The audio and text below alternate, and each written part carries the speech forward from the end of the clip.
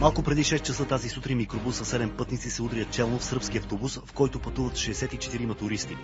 Те се завръщат от почивка в Турция. При сблъсъка на място загиват всички пътници в микробуса, които са семейство. Шофьорът на автобуса е откаран в Хасковската болница без опасност за живота. Леко пострадал е екскурзоводът на сърбите Драган Радославович, който е пътувал на първата седалка. Само съм видел taj... Просто видях Volkswagen, микробуса пред нас, в нашото платно. Дали изпреварвал или е заспал, не знам. Просто изведнъж се появи пред нас. Стана за един миг, секунда и после се вижда какво е. Катастрофа.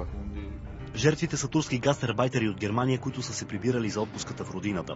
Това са двама мъже на 39 и 49 години, две жени на 45 и 22 години и три момчета на 11, 17 и 18 години. От удара микробусът се завърта и се удрят движещия се зад него автомобил с трима немски граждани, които също са пътували към Турция. Сред тях няма пострадали. Заради тежката катастрофа магистралата бе затворена за движение повече от 7 часа, а трафикът се пренасочваше по стария път Любимец Свиленград. Телата на загиналите останаха на пътното платно в продължение на часове. На същия участък преди 10 години при тежка катастрофа на автобус загинаха 11 полски граждани.